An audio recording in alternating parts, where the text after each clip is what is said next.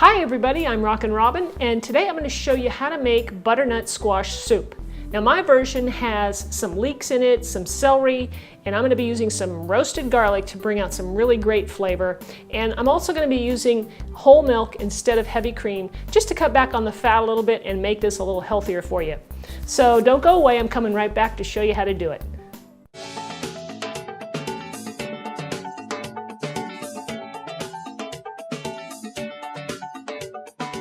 Are you ready to get started with our soup? Okay, let's go over those ingredients with you. So here's what we're going to need. We're going to need some chicken broth. Here's our whole milk. We got a little bit of butter, and of course our butternut squash. And you're going to want to use about 4 to 5 pounds of this. This is a big one, and so you can use a couple little ones if you can't get a big one. So we'll need a little extra virgin olive oil. And here I'm using a little bit of nutmeg. And I like to use the whole nutmeg. I'm going to grate it, and it's just has such a nice flavor. But if you don't have whole nutmeg, you can certainly use the ground nutmeg. That'll work fine. We'll also need some leeks. Here I've got a couple leeks, which we'll have to clean up and chop up. 1 green apple. And right here in this foil is my roasted garlic, which has already been roasted. And all you have to do with the garlic is cut off the bulb, cut off the pointed end, not the root end, and just slice off about 1/4 inch so that you expose all the cloves. Then place it into some foil, drizzle it with some olive oil, and roast it in the oven at 375 for about 45 minutes.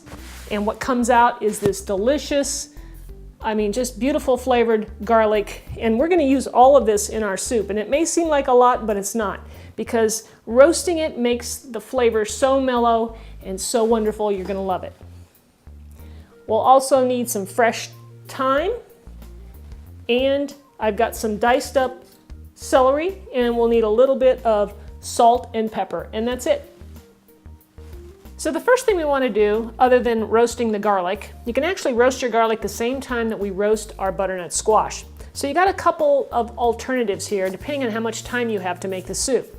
Now, what I'm going to do is I'm going to cut this in half, and I'm going to roast it in the oven. I'm going to drizzle a little olive oil on it and just roast it in like it is. Roast it for about 40-45 minutes or until it's soft, and I'm going to scoop out the butternut squash. Another alternative is to buy your butternut squash already cubed up at the store. Costs a little bit more, but it saves you some time and effort. So that's another option. And then I would roast that with some olive oil in the oven, until it gets nice and golden brown, caramelizes a little bit, and that's your option. So anyway, that's what we're going to do. So let's get started with that. So here's what I'm going to do. This is actually a little bit difficult to cut, so I'm going to cut it in half this way first.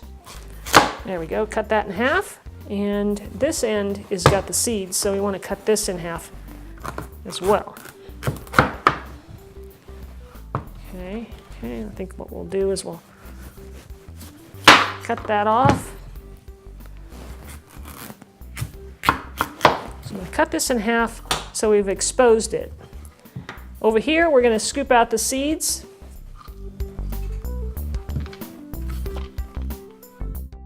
All right, so now that I've got all the seeds scraped out, all we want to do, here, let's put these over here on the baking sheet. I've got my olive oil. And we just want to spread a little bit. I'm going to pour some in here, and then I can just dip in there and spread it around. So we're just going to spread the olive oil around, give it a little moisture.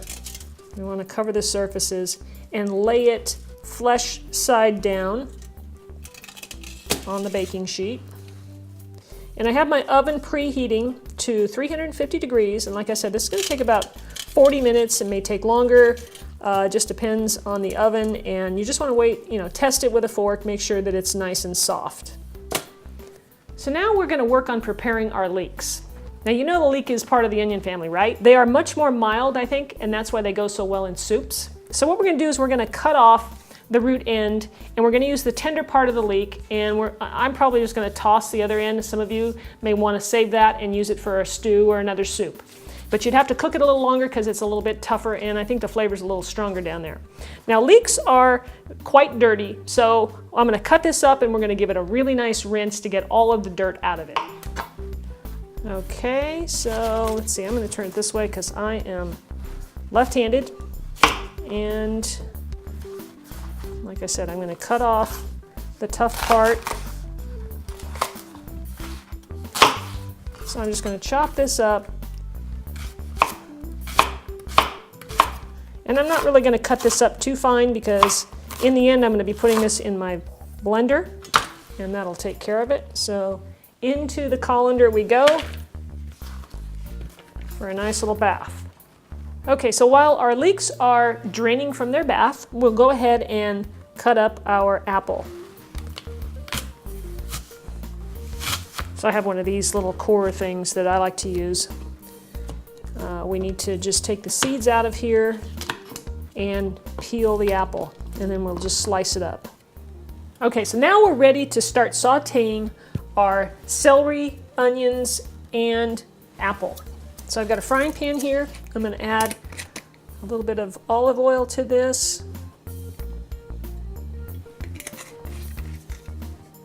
And the butter. All right, so now we're going to add our celery, our apples, our leeks, and we're going to saute this for about 25 minutes. We want this to all get nice and soft and that those flavors get together and have a party. So I'm going to add some of the thyme to this. I got my temperature at medium-high. Let's put a little bit of salt in there. And a little bit of pepper. We'll show you what it looks like in about 25 minutes. Our onions have been cooking now for about 20-25 minutes, and I think all the flavors have gotten to know each other pretty well, and it's cooked down a bit, softened up. We're going to start placing everything into our stock pot over here.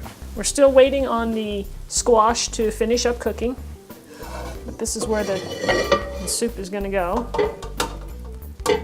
All right, so now we're going to add our chicken broth to the pot. And we're going to add that wonderful roasted garlic. And the easiest way to do this is to start popping the cloves out. They are like very, very tender. I mean, you can squeeze them and they're just perfect. Nice and soft. You know, this garlic is really great on just about anything. Even if you just took a piece of French bread and spread it on there, oh my gosh, it's like heaven. You got to try this if you haven't. So here are our squash, and I just took it out of the oven. They were in there for a good hour, and I flipped them over so you could see them. And you know, you can see you're feeling for resistance. On these two pieces here, there's no resistance. They're much thinner. These guys, a little bit more resistance, but it's going to continue to cook and be fine. Now we're ready to add the butternut squash to the soup. I think it's cooled off enough. I'm just going to scrape it out with a spoon and place it in there. I've got all of the butternut squash in the soup now, and I've got it over medium-low heat. And now I want to add the nutmeg. So if you're using ground nutmeg, just add like 1/4 teaspoon, and I'm just going to estimate here. Give that a stir, and now you've got a couple of options. If you have an immersion blender, you might want to use that. You could just stick it in there and blend all this up and puree it. What I'm going to do is I'm going to use the Vitamix because I know that it will really puree this beautifully. So that's my next step. And then after we puree it, it's going to come back in the pot. We're going to heat it up, get it hot. We're going to taste it, adjust our seasonings, and then add the milk. You know, I think I could use just a little salt.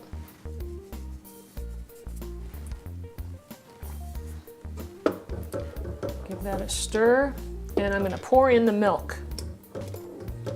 And this is going to give it just a little bit of richness. I'll tell you, it's already rich. Just, you know, pureeing all those vegetables has just thickened it up. And adding a little bit of milk is just going to add a little bit more richness to it. And you really don't need the cream, in my opinion. So there you have it, guys. The soup is done. It smells amazing. It tastes amazing. I've already tried it. And let me go ahead and serve this up. It is so creamy and rich. I mean, you don't need the heavy cream. I think I've said that already. And The roasted garlic comes through so subtly, but it gives it this little rustic flavor that I really love, and the leeks really, really make it. So I hope you guys will really try this. It really is good. It's so hearty. Boy, that is good. Hits the spot. Put a little decoration on there, put a little parsley. So thanks for watching. I really appreciate you guys when you share and you leave comments for me. Thanks so much for doing that, and we'll see you in the next video. Take care.